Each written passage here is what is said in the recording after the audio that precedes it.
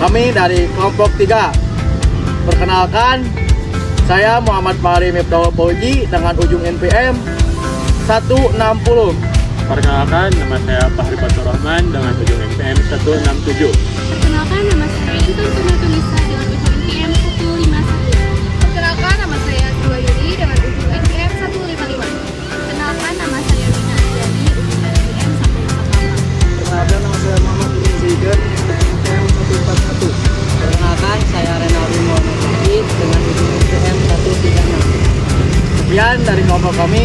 Selanjutnya kita langsung ke materi. Saksikan. Cikirat! Kejujuran adalah dasar penting bagi mahasiswa. Namun, praktik tuki dan plagiarisme masih sering terjadi di lingkungan kampus. Nah, dengan adanya teknologi yang sangat mempermudahkan tuki tugas dan plagiarisme. Ada pula dampaknya yang pertama yaitu penurunan belajar semakin menurun. Lalu kurangnya berpikir kritis dan tanggung jawab mahasiswa. Kami meneliti yang pertama, bagaimana praktik joki di Universitas Siliwangi dalam kaitannya dengan kejujuran akademik. Yang kedua yaitu bagaimana pola plagiarisme di kampus Universitas Siliwangi dalam kewajiban tugas akademik. Yang ketiga yaitu ada faktor-faktor apa saja yang mendorong praktik joki dan plagiarisme. Adapun tujuan dari penelitian ini yang pertama yaitu untuk mengidentifikasi pola praktik joki dalam kaitannya dengan kejujuran akademik. Yang kedua yaitu untuk mengidentifikasi pola plagiarisme mahasiswa. Yang ketiga yaitu untuk menjelaskan faktor-faktor penyebab praktik joki dan plagiarisme. Landasan teorinya itu kejujuran. Kejujuran adalah sikap, berkata, dan bertindak sesuai kenyataan. Kejujuran berarti bertanggung jawab atas diri sendiri. Faktornya yaitu yang pertama kesadaran diri, motivasi belajar, dan nilai moral dan tanggung jawab pribadi. Yang kedua adalah praktek joki tugas. Apa ya praktek joki tugas? Adalah praktek yang melibatkan orang-orang untuk mengerjakan tugas diri sendiri. Faktornya adalah rendahnya rasa percaya diri terhadap diri sendiri.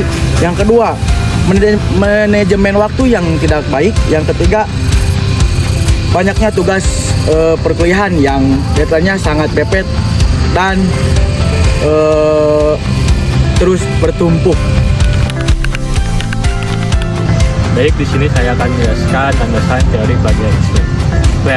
Plagiarisme adalah tindakan mengambil karya atau ide orang lain tanpa menyantumkan sumber dan mengakuinya sebagai karya sendiri.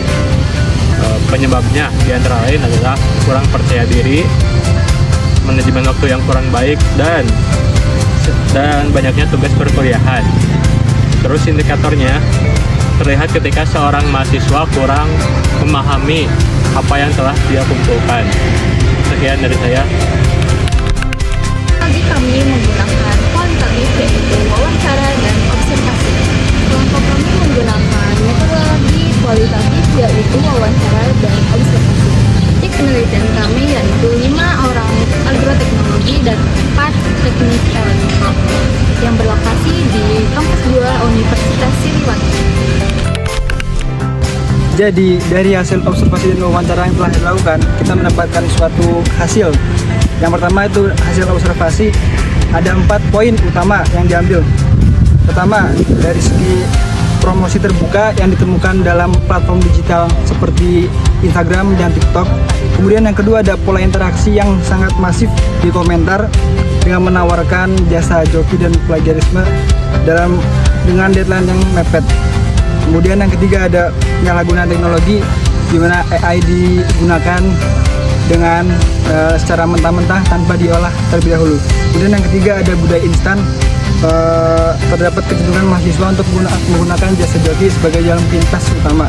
Kemudian untuk hasil wawancara yang telah dilakukan, kita mendapatkan 4 poin utama dalam hasil tersebut.